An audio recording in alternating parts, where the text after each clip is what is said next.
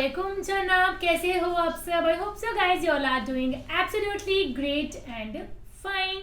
So we are back again with a new reaction video and आज की video बहुत ज़्यादा खास होने वाली है। वीडियो का टाइटल है doctor Ambedkar thoughts on prophet Muhammad कि डॉक्टर अंबेडकर जी क्या सोचते थे प्रोफेट मोहम्मद के बारे में। दूसरी बात ये कि पहली बात ये है कि सबसे पहले तो मेरी यही रिक्वेस्ट है कि अपना भाई अपने दोस्त का गाना आया हुआ है, वो आया बीट ब्लास्टर यूट्यूब चैनल, हमारे दूसरे चैनल पे, हम सभी के चैनल पे, तो वहां जाके जरूर देखो, उस सॉन्ग को सुनो। और इतनी मेरी गारंटी है, अगर आप अकेले में पर्सनली हेडफोन लगा के वो गाना सुनोगे ना तो आपको इतना ज़्यादा सुकून देगा ना, और आपके साथ वो रिलेट करेगा ना, इतना मुझे बिलीव है, आपको पसंद आएगा डेफिनेटली। और दूसरी बात ये कि किसी का फर्स्ट डेब्यू सॉन्ग है तो प्यार करना तो बनता ही है ना, कि सो दैट किसी आर्टिस्ट को हौसला मिले। और सबसे बड़ी बात ये कि हमारे अपने ही चैनल पे आया हुआ है, वीडियो मैंने खुद डायरेक्ट करी है, तो आप जाके ज़रूर देखना। बस यही रिक्वेस्ट है। लिंक डिस्क्रिप्शन में भी दिया हुआ मैंने सॉन्ग का, और अब आपके दूसरे चैनल को, तब आपको पता तो है ही हमारे दूसरे चैनल का बीट ब्लास्टर का, तो वहाँ जाके आप देख सकते हो। सो इसको करते हैं प्ले, फिर करते हैं बाकी बातें डिस्कस।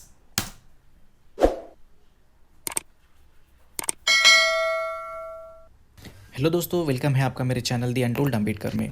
दोस्तों, डॉक्टर अंबेडकर ने दुनिया के सभी महान विचारकों के बारे में कभी ना कभी लिखा है या अपने भाषणों में उनका संदर्भ दिया है। डॉक्टर अंबेडकर अगर किसी के बारे में कुछ कहते या लिखते थे तो बहुत ही सोच समझकर और अपने अभ्यास और अनुभव के आधार पर कहते या बोलते थे। आज हम जानेंगे कि डॉक्टर अंबेडकर जी के बुद्धा, गुरु नानक देव जी और मोहम्मद पैगंबर साहब के कार्यों के बारे में उनके क्या विचार थे। दोस्तों, डॉक्टर अंबेडकर जी ने किताब लिखी थी जिसका नाम एनिलेशन ऑफ कास्ट था। ये किताब पहले एक भाषण था जिसे वो नहीं दे पाए, और उसके बाद उन्होंने इस भाषण को किताब के रूप में पब्लिश किया था। उस किताब में डॉक्टर अंबेडकर ने भारत के सामाजिक और राजनीतिक समस्याओं का बहुत ही बारीकी से विश्लेषण किया है।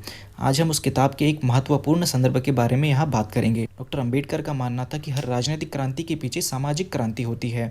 जब तक समाज में सामाजिक क्रांति नहीं होती तब तक वो कौम राजनीतिक क्रांति करने में असफल होती है। अवकाश में डॉक्टर अंबेडकर ने ऐसे ही कुछ उदाहरण दिए हैं जिसमें उन्होंने ये बताया है कि किस तरह सामाजिक क्रांति के बाद ही राजनीतिक क्रांति हासिल होती है। उदाहरण देते हुए उन्होंने कहा है कि बुद्ध ने जो सामाजिक आंदोलन चलाया था उसके बाद ही चंद्रगुप्त मौर्य राजनीतिक क्रांति कर पाए। जब बुद्ध अपना आंदोलन चला रहे उस वक्त वर्ण धर्म का भारत के समाज पर बहुत ही ज़्यादा प्रभाव था।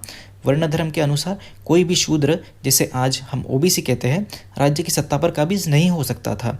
पर बुद्ध के विचारों से समाज में परिवर्तन हुआ और चंद्रगुप्त मौर्य, जो वर्ण धर्म के अनुसार शूद्र थे, वो राजा बने थे। दूसरा उदाहरण उन्होंने छत्रपति शिवाजी महाराज का देते हुए लिखा है कि शिवाजी महाराज की राजनीतिक क्रांति के पहले महाराष्ट्र में संतों ने सामाजिक आंदोलन चलाया था। उस सामाजिक आंदोलन के ही आधार पर शिवाजी महाराज ने अपना शासन निर्माण किया था। महाराष्ट्र ये संतों की भूमि है। शिवाजी महाराज की राज्य सत्ता हासिल करने से पहले तुकाराम महाराज ने सामाजिक आंदोलन चलाया, जिसकी मदद से शिवाजी महाराज ने महाराष्ट्र में अपनी सत्ता स्थापन की, और शिवाजी महाराज के विचारों में संतों के विचारों का प्रभाव दिखता है। एक खास बात यह भी है कि वर्ण धर्म के आधार पर शिवाजी महाराज को तब के ब्राह्मणों ने शूद्र बताते हुए उनका राज्याभिषेक नकारा था। अगला उदाहरण सिखों का देते हुए डॉक्टर अंबेडकर लिखते हैं कि गुरु नानक देव जी ने जो सामाजिक क्रांति की लड़ाई लड़ी थी उसके आधार पर सिखों ने अपनी राजनीतिक क्रांति की। गुरु नानक देव जी ने उस वक्त ऊंच नीच की भावना को नष्ट करके सबको समान दर्जा दिया, जिसकी वजह से सिख कौम में एकता निर्माण हुई, और उसी एकता के बल पर उन्होंने अपनी राजनीतिक सत्ता हासिल की।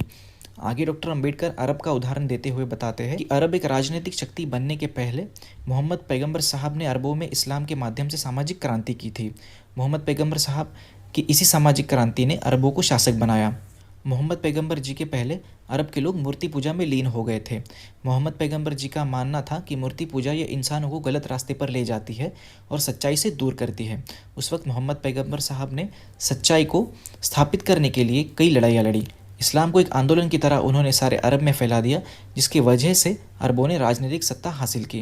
दोस्तों, सामाजिक क्रांति का मतलब अगर हम आसान शब्दों में समझने की कोशिश करें तो समाज के विचारों और मान्यताओं जो समाज और देश के विकास में रुकावट पैदा करती है उसे बदलकर एक नए विचार धारणा को समाज में प्रस्तापित करना, जिससे समाज में भाईचारा और समानता निर्माण हो सके और जिसका फायदा देश और समाज के विकास में हो सके। दोस्तों, आज की वीडियो में बस इतना ही था। ये थी वीडियो, और डॉक्टर BR अम्बेडकर जी ने पहले तो सभी कास्ट के बारे में बताया कि कैसे कैसे हर एक कास्ट इक्वलिटी होनी चाहिए। उन्होंने बताया था कि कैसे बुद्ध आए थे, तो उन्होंने फिर आगे चंद्रगुप्त मौर्य जी थे तो वो कैसे कैसे राजा बने, फिर गुरु नानक देव जी का एग्जाम्पल दिया कि कैसे कैसे उन्होंने सामाजिक क्रांति करी, कैसे कैसे सभी सिख जो है कम्युनिटी है सभी को एकजुट करा, मतलब किसी में भेदभाव नहीं रखा। देन उसके बाद मैं भी पहले वो नहीं थी, राजनीतिक सत्ता नहीं थी, देन प्रॉफिट मोहम्मद के आने के बाद प्रॉफिट मोहम्मद जी आए तो उन्होंने कैसे मतलब एक इस्लाम चलाया, आंदोलन अपनाना कि बुत पूजा उन्होंने बंद करी और एक सच्चाई के मार्ग पर चलने की राह दी सभी को।